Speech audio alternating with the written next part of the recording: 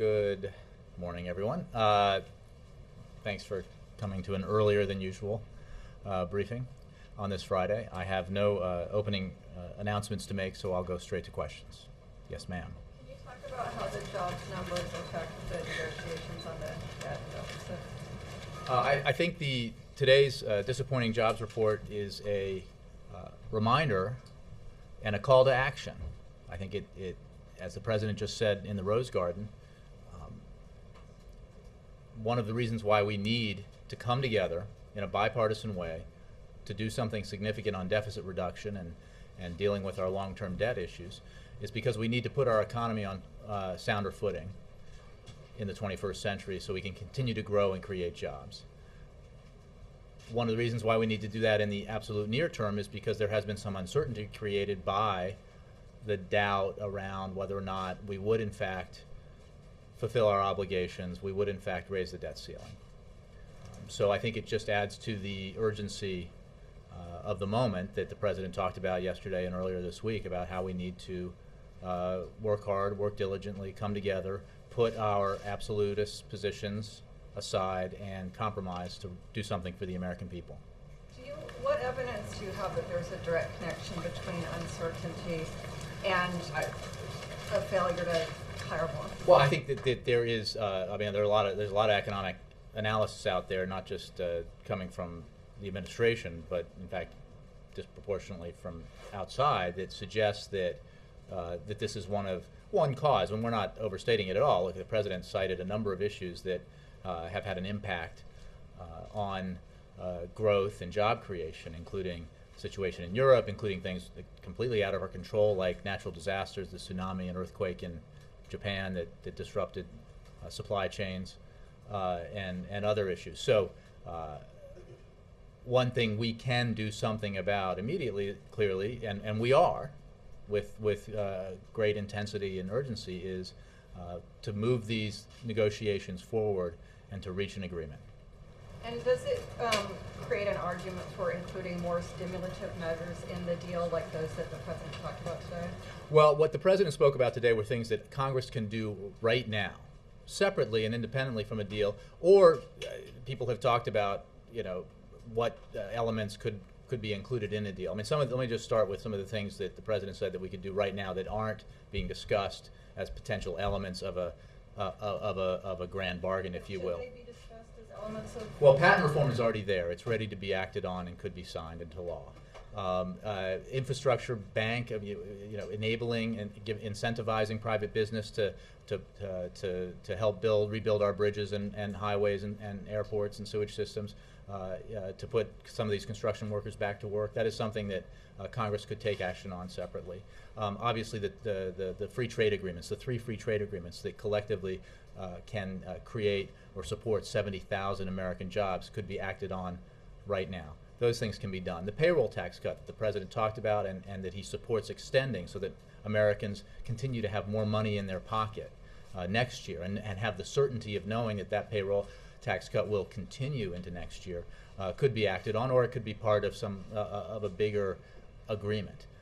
I think these things are worth doing whether they're part of an agreement or not, and in particular the payroll tax cut, which is the only of those 3 which really makes sense as part of an agreement as far as I understand it. Yes? I wonder if you could talk about Sunday's talks, whether you expect them to be brief, lengthy, whether it's likely a draft agreement might come from them. We will get to you more information about the timing, anticipation of the duration, location in terms of rooms. I mean, information I understand that you want as it becomes available. And I will, in terms of what we anticipate at this time will happen is, as the President said yesterday, that having allowed some time since the first meeting for staffs and lawmakers and members of the administration to continue to have discussions and negotiations and to dive into more detail, that come Sunday we should be able to have from the participants a clearer sense of bottom lines, and those participants should expect to then engage in some pretty hard bargaining so that we can move the ball forward. We can come closer to reaching an agreement. I'm not prepared to say that we'll produce something Sunday. I think I wouldn't anticipate that necessarily in terms of a final product at all. I would simply say that we do expect progress to be made, as it is being made in between these two meetings. Is there a concrete goal for Sunday, or is there something that you could look at as success for Sunday? I think there is a concrete goal in the sense that we will have a much clearer sense of whether or not the significant deal that the president talked about and the president made clear he supports is possible, and that comes with a sort of getting a clearer picture about what participants are willing to do, the kind of compromises they're willing to make on behalf of the American people, their willingness to put sort of more narrow political or ideological considerations aside and to embrace the idea that a larger compromise, one that is balanced, delivers a positive that outweighs the pain associated with making compromise that you don't necessarily want to make, whether it's Democrats on spending reductions that could be painful or Republicans taking on the issue of revenues. Jake. The items that the president outlined today that Congress could do right now, he's been talking about a number of them. Mm-hmm. Patent reform, the trade deals, the infrastructure bank, for a long time. This is not... Well, for several weeks, some of them, but yeah. Some of them for several months, right? So the trade deals. In any case... Well, the trade deals have not been in front of Congress for that long. We're saying that they are there now and they should be acted on right now. Okay. What has been the holdup? As he's the leader of the free world. He's not some guy on the street. What has been the holdup? Why has this not happened despite his declared wishes? Well, as you point out, he is the president of the United States. He's the chief executive. He is not a leader or a member of Congress. And Congress, these are actions that Congress, in terms of the free trade agreements, we have negotiated the agreements, renegotiated them, brought them to Congress as a package, with a compromise on TAA that was worked out in a bipartisan way with the chairman of the House Appropriations Committee, Ways and Means Committee rather, and that is now in Congress's court, so it could be acted on. Patent reform is working its way through Congress; it needs to be acted on. So, what I think the point is that there's no silver bullet. There's no single piece of legislation that will somehow address all of our economic concerns.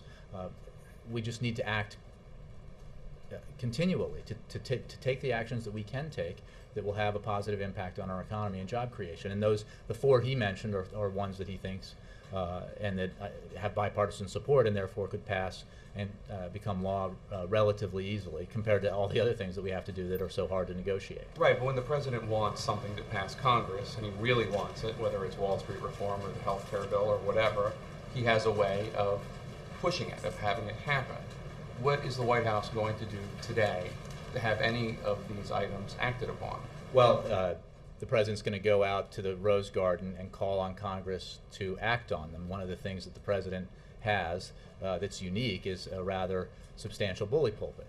And he utilized that today, as he has in the past, to press Congress to act on these measures. Now, we acknowledge, in part because we have called on Congress to make this happen, that Congress is now engaged, and the Senate having canceled its recess, the House canceling a coming recess, in the process of working assiduously to get a bipartisan compromise on deficit reduction and debt reduction. However, Congress, like the president, can walk and chew gum at the same time, and so we call on them to take the actions that we can take that are there for the taking because they have bipartisan support, and to do the things that they can do to help grow the economy and create jobs. Okay. And lastly, comments by Senior Advisor David Plough were criticized today. Earlier this week he said, quote, "The average American does not view the economy through the prism of GDP or unemployment rates or even monthly jobs numbers. People won't vote based on the unemployment rate. They're going to vote based on how do I feel about my own situation. Do I believe the president makes decisions based on me and my family?" And Republican frontrunner Mitt Romney said that those comments were he suggested they were out of touch, and he said that if Plough worked for him, he would fire him. Well, I understand that we're engaged in the Republicans are engaged in a primary campaign trying to get some media attention. I don't know where the voters that some other folks might be talking to, but most people do not sit around their kitchen table and analyze GDP and unemployment numbers. They talk about how they feel their own economic situation is, and they measure it by whether they have a job, whether they have job security, whether their house, whether they're meeting their house payments, whether their mortgage is underwater, whether they have the money to pay for their children's education, or they don't, whether they're dealing with a sick parent and can afford that, or whether they can't. They do not sit around analyzing the Wall Street Journal or Bloomberg to look at analyze the numbers. Now maybe some folks do, but not most Americans. I think that's the point David Plouffe was making. That's the point the president was making just moments ago in his statement in the Rose Garden. Yes. Jay, the president said today that he talked about ups and downs on the way to a recovery. In light of these jobs numbers, does that mean that he sees this as more than just a bump in the road, as it's been put before? I think that when the president was sworn into office, the United States was in economic freefall. The economy was contracting dramatically. The economy was shedding jobs at the rate of more than 700,000 per month. The actions that the president and the Congress took arrested that decline and began to reverse it. We have seen economic growth. We have seen private sector job creation, more than 2 million jobs over 16 months. The problem is that the path, as we've climbed out of the hole, has not always been a direct trajectory. There's been months. I mean, you've heard us when we've had jobs reports that have been very positive, and we have not sought to over-interpret them as signs that happy days are here again. We have gone month by month and always said, no matter what the jobs reports are, that more work needs to be done. That this president will not be satisfied until every American who's out there looking for a job can get one. Because of the slowing economic growth, we've had positive growth, but because it has slowed, that has a direct impact on job creation, as Austin Goolsbee, the president's chairman of the Council of Economic Advisors, said this morning. That's why we need to do the things we can do to spur growth and therefore spur job creation, and keep our nose to the grindstone and keep doing the things collectively, both the administration and Congress, that we can to help the private sector take measures to hire more people and put them back to work, and that's a daily process, and it's not something we think about on the monthly, the day that the monthly jobs report numbers come out or when the housing numbers come out. It's something we do daily, and it doesn't really change. It doesn't change at all based on the numbers. Pointing though to the 2 million jobs, and we heard the president do that as well. I mean, isn't that like someone who's sick right now saying, "But I was healthier a few months ago"? I mean, isn't it irrelevant if you're sick right now? Well, the president made the point that if the issue that you base your own sense of your economic security on your own such situation. Do you have a job? Do you fear? Do you have insecurity in the fact that the job that you do have that you might lose? And the point he was making is that the terrible recession that this country went through, worst recession since the Great Depression, caused the economy to shed 8 million jobs. That is the economy that confronted this administration and the Congress that came in January of 2009. And it was a situation that was continuing to hurtle downwards. So the president acted, the Congress acted, and took measures to halt and reverse the direction that we were headed in. But if you're going down like this, and you've begun to come up, we still have a long way to go. And the president has said that. He said it earlier this year when we were creating jobs at a clip of 200,000 plus per month, and he said it today when the numbers were disappointing. And he'll say it, I'm sure, every month that he's in office, as long as there are Americans out there looking for work but not finding it. That will be his approach. Did he watch the shuttle launch? You know, I left him after the statement. I don't know if you know. Sometimes there are TVs on in the outer oval. He may have seen some of it, but I just don't know. Yes. Thanks, Jay. Speaker Boehner's office says the economy now has stalled. Do you agree? Does the White House agree with him? Well, the economy, the growth, Recovery has stalled. the recovery is fragile. Growth is weak. Well, I'm not an economist. You know, the fact is that there was a net positive job creation and 50,000 plus private sector job creation, far too little. So, but has it slowed? No question. Not stalled. Stalled means stopped.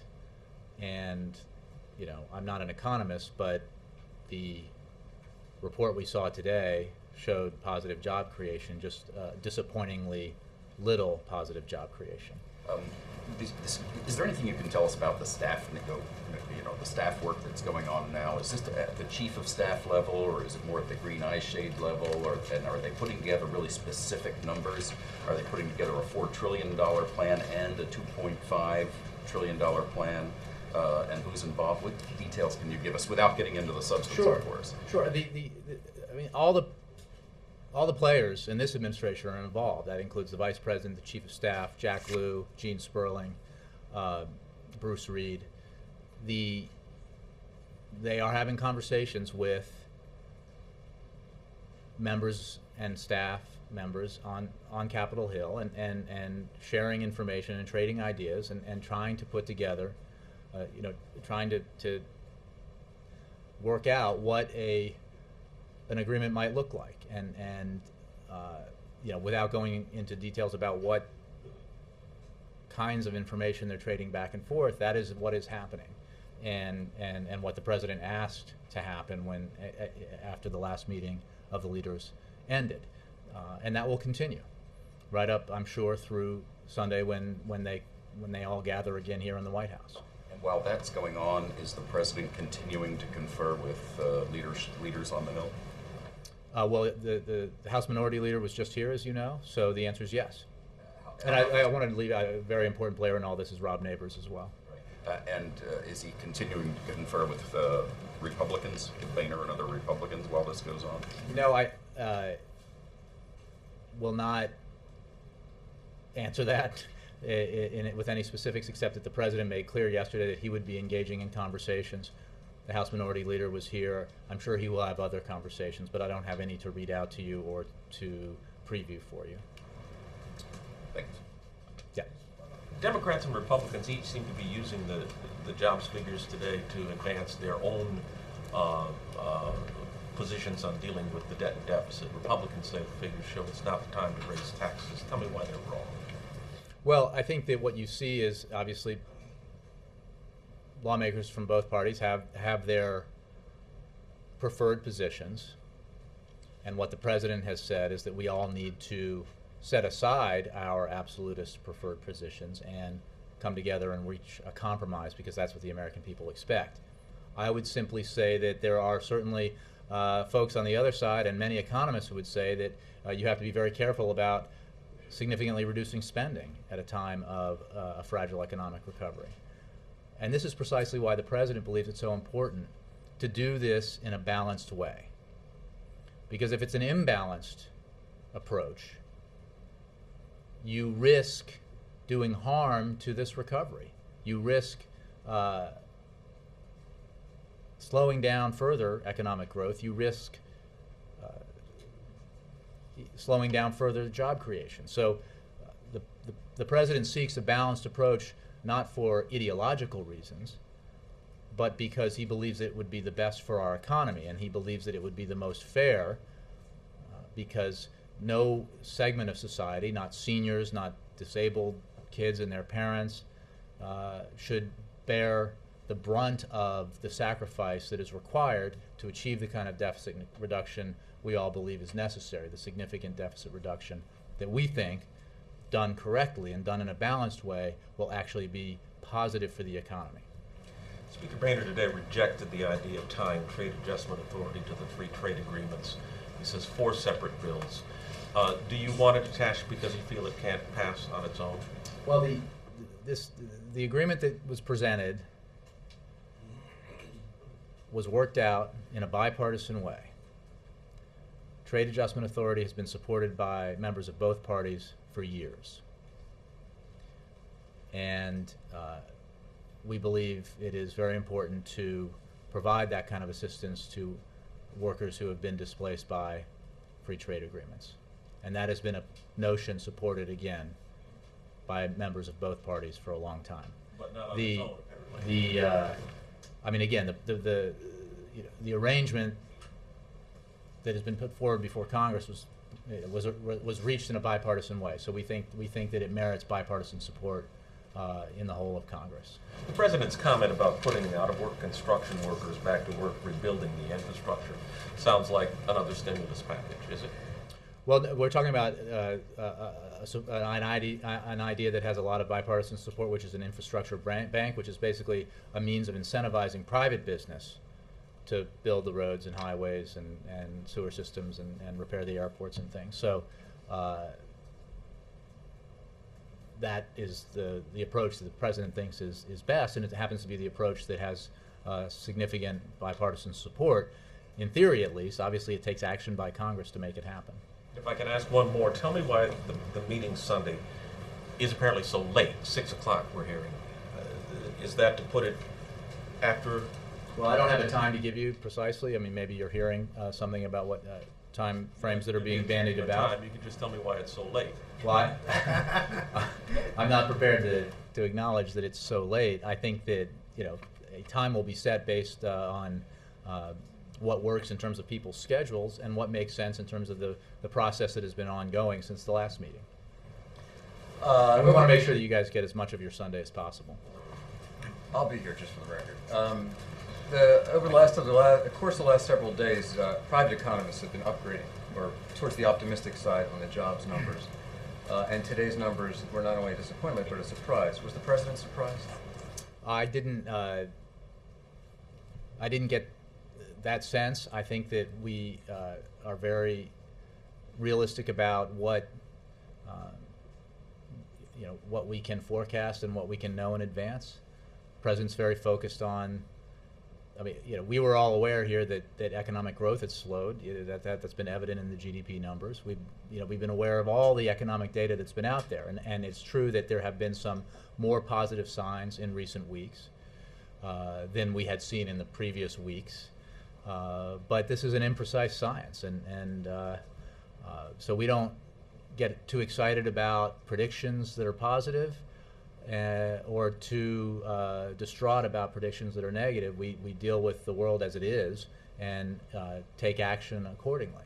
Yesterday, Leader Pelosi left very little doubt in comments to reporters in the Capitol that Social Security and Medicare entitlements should not be on this table. They should be on another table, she said. Did she succeed in talking the President into taking them off this table in their meeting today? Well, the point we have made all along, and this goes back a ways with the President, is that we need to get savings out of entitlement programs. He made that clear when he gave his address at George Washington University and put forward his framework. That is our position, and we think it is absolutely necessary. But let's make clear some of the distinctions here. We believe in that we can find savings in Medicaid and Medicare out of the cost of health care, not by transferring all of the burden onto seniors. We certainly don't think, in order to pay for tax cuts or to balance the budget, that we need to essentially end Medicare as we know it and voucherize it and shift costs of up to $6,000 per senior per year to pay for it.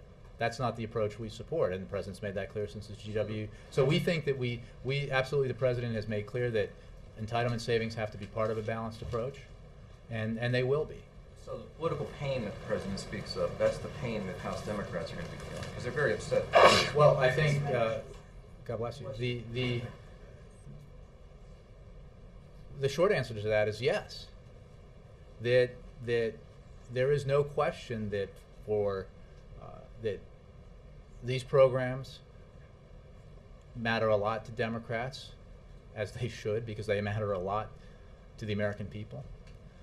And Democrats deserve a lot of credit for having helped create them and to having protected them and strengthened them over the years. And we continue to take that approach. The approach that the president suggests, even as we need to find savings in these programs, is to do it in a way that strengthens the core commitments that the programs make and ensures their integrity farther into the future, rather than ending them in order to pay for tax cuts or deficit reduction.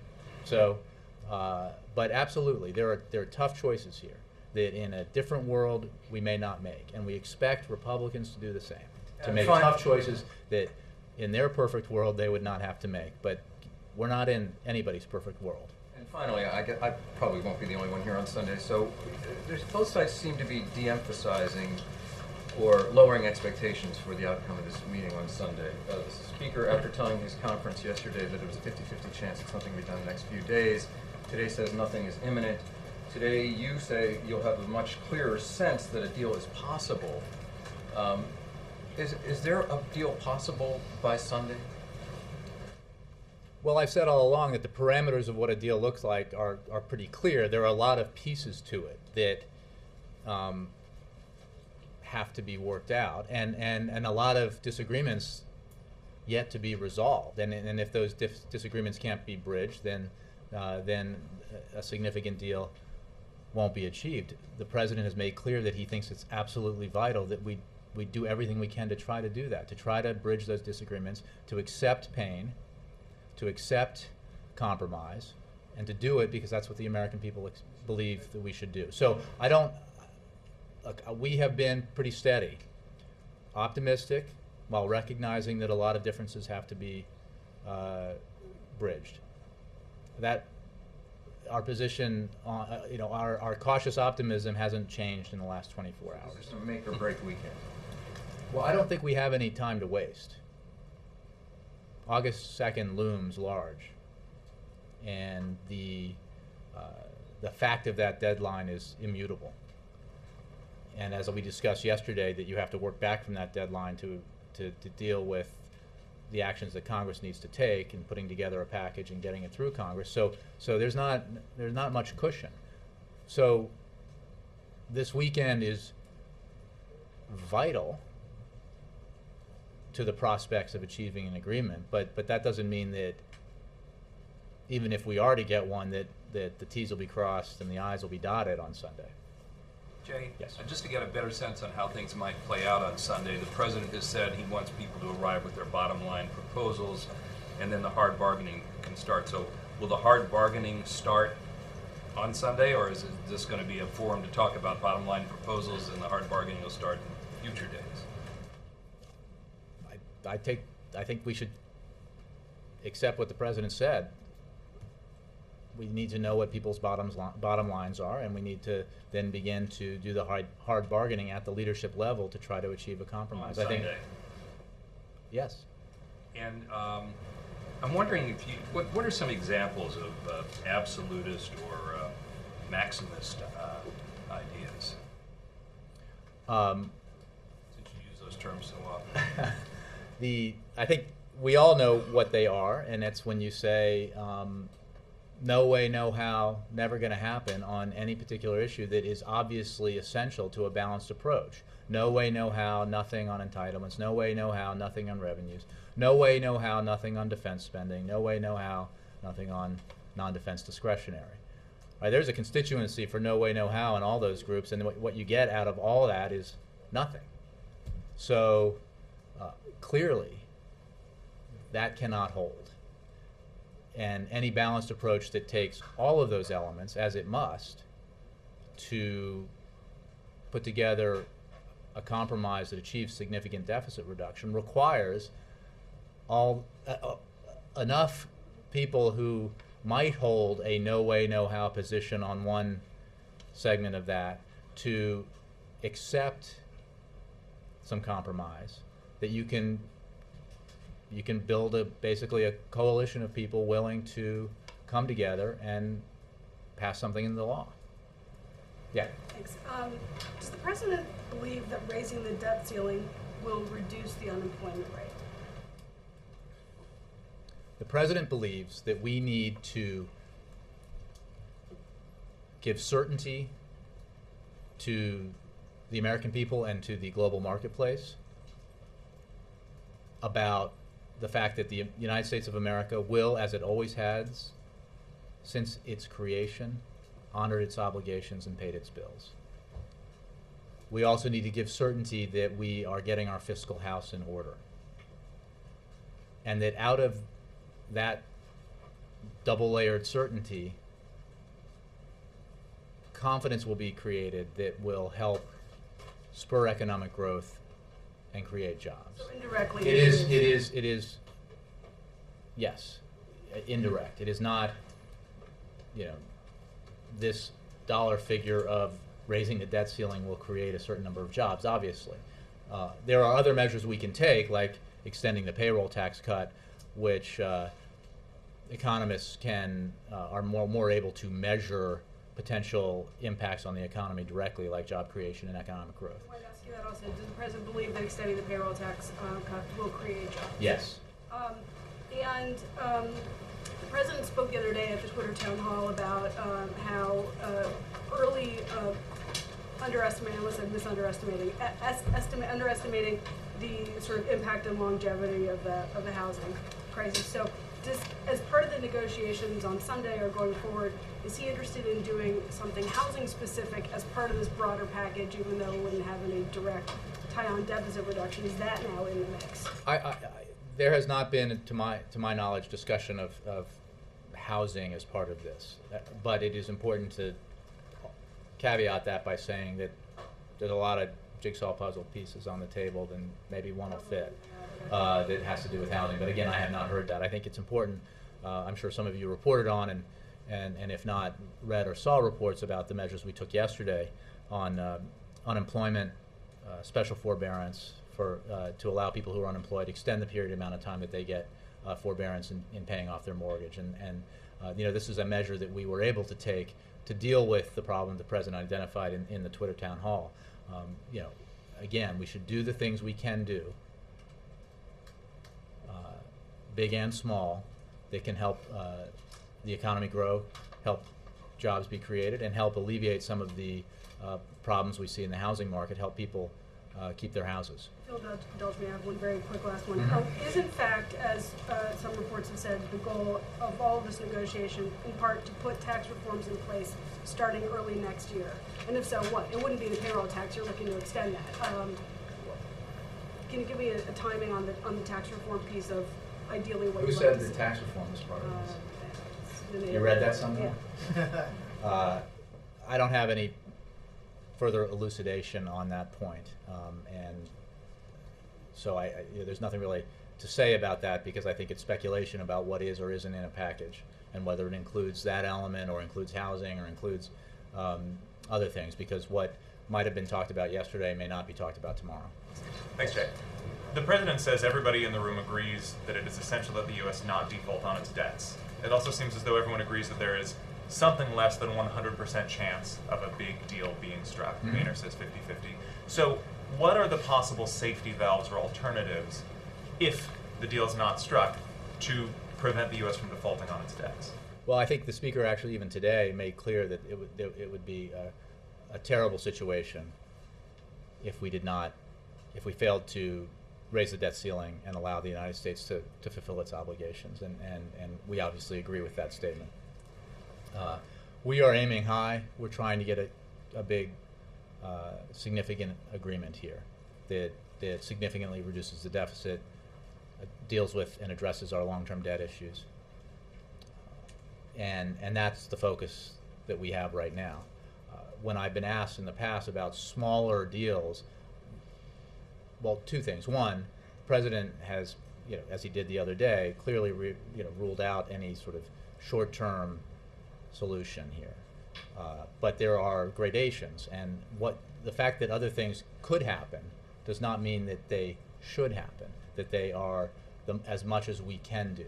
And what the president is trying to convey, both in the room and when he comes out and speaks to you and the American people, is that we have a moment here where we can do something big, and we should seize it. But given that everyone agrees there's something I less than acknowledge 100% that it's chance that it's. that happening. I would say it's you know it's probably significantly less than 100%, but it's there and it's possible, and we would be letting the American people down if we didn't try to make it happen. But is there some parallel plan to prepare for the possibility of it not happening?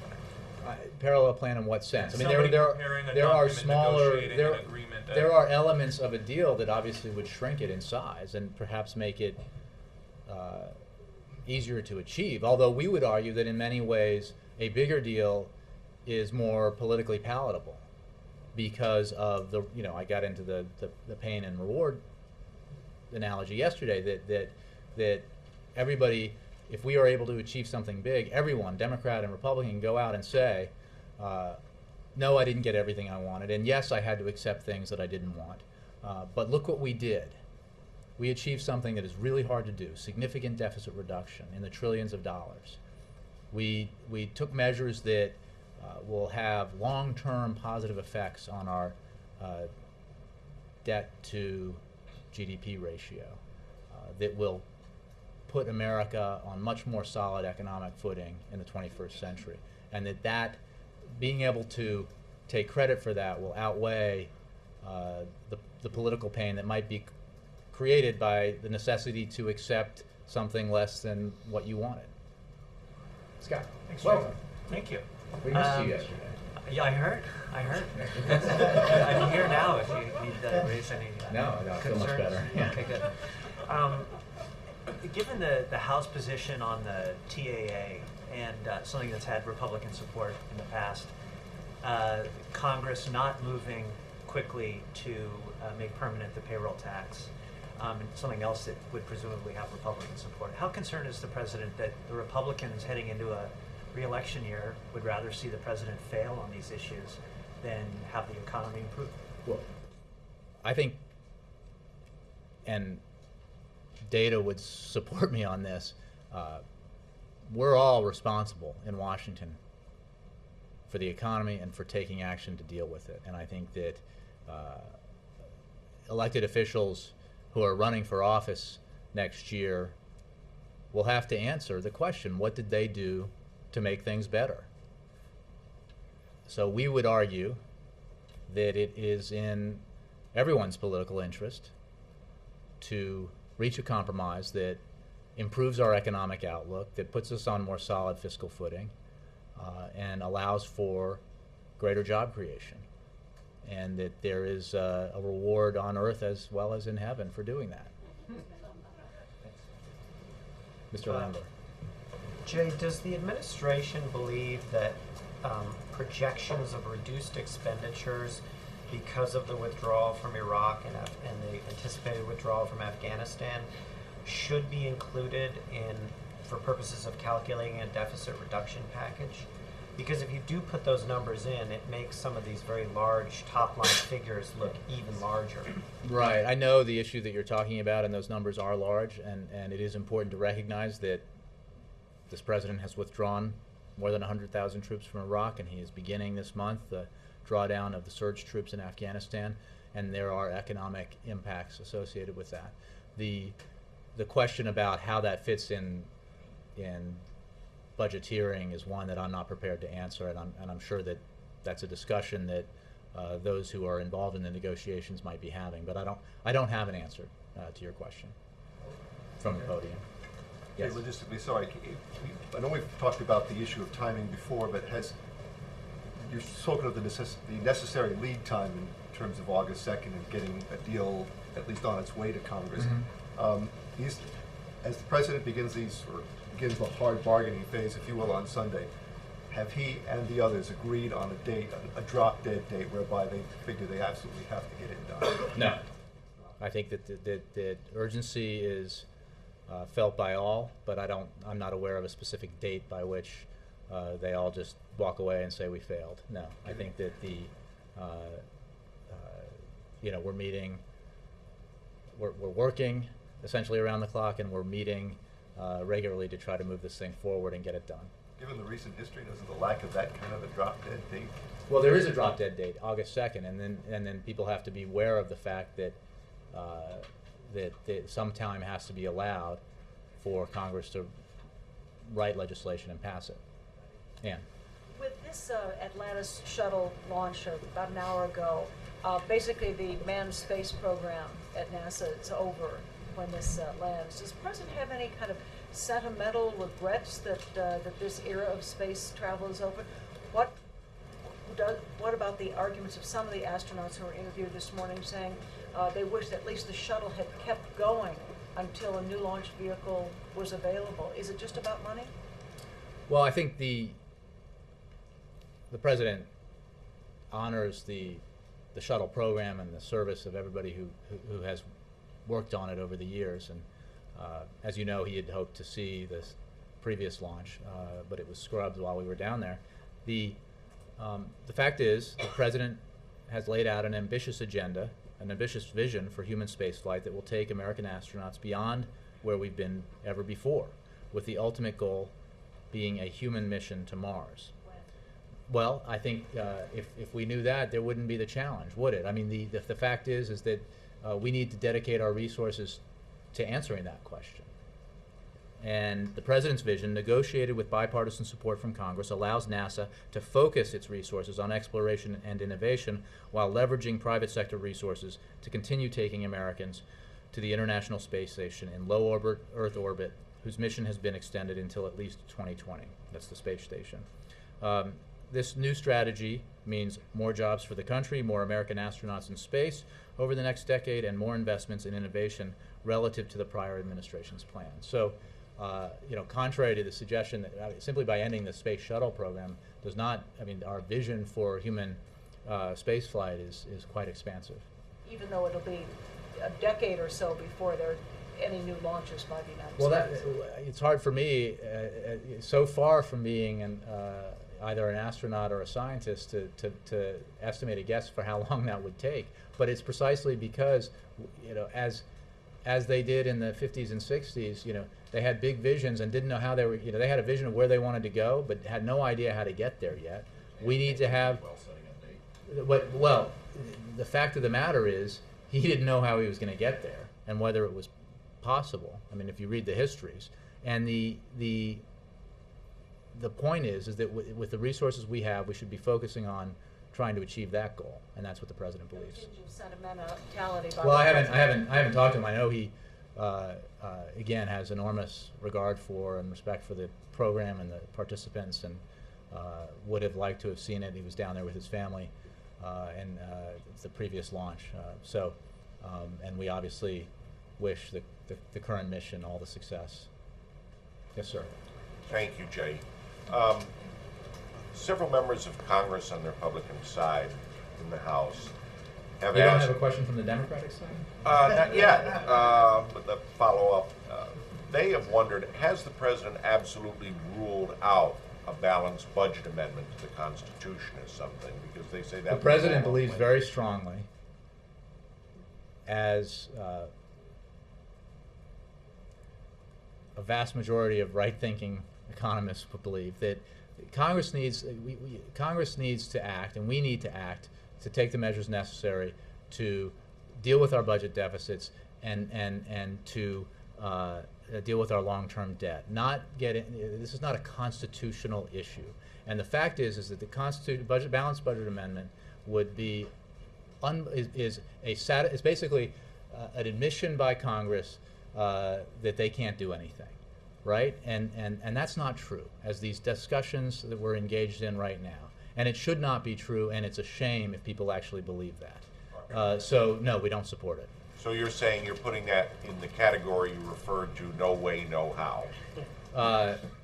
What I'm saying is that it's not good for the economy, it doesn't answer the problem, and that we need to act, because we are capable of doing the work that the American people sent us here to do. So if the members bring it up... I think we've covered the balanced budget amendment. Addie. Thank you. This last one, Addie. Yeah. Thank you. I was just wondering, do the job numbers this month and the previous month change anything about what the President perceives the economy can handle in terms of spending cuts that might be necessary to balance the long-term? Well, that's an excellent question. I think that the President has, from the beginning of this process, made clear that we need to take action in reducing spending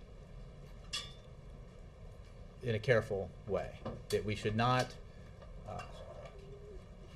cut spending that is vital to our economic development, education, innovation, infrastructure, precisely because of, as many economists will tell you, that there is a risk of contraction if you cut in the wrong way or cut too deeply. And this is another reason why we have to, why it is so important to achieve balance in the approach that we take, so that we don't do exactly what I think you're talking about.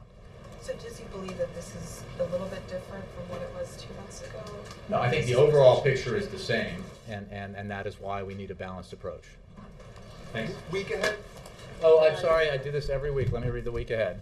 On Monday, the President of the United States will attend meetings at the White House. On Tuesday, the President will award Sergeant First Class Leroy Arthur Petrie, U.S. Army, the Medal of Honor for conspicuous gallantry and intrepidity at the risk of his life above and beyond the call of duty. Sergeant First Class Petrie will receive the Medal of Honor for his courageous actions during combat operations against an armed enemy in Paktia, Afghanistan in May 2008. He will be the second living active duty service member to be awarded the Medal of Honor for actions in Iraq or Afghanistan.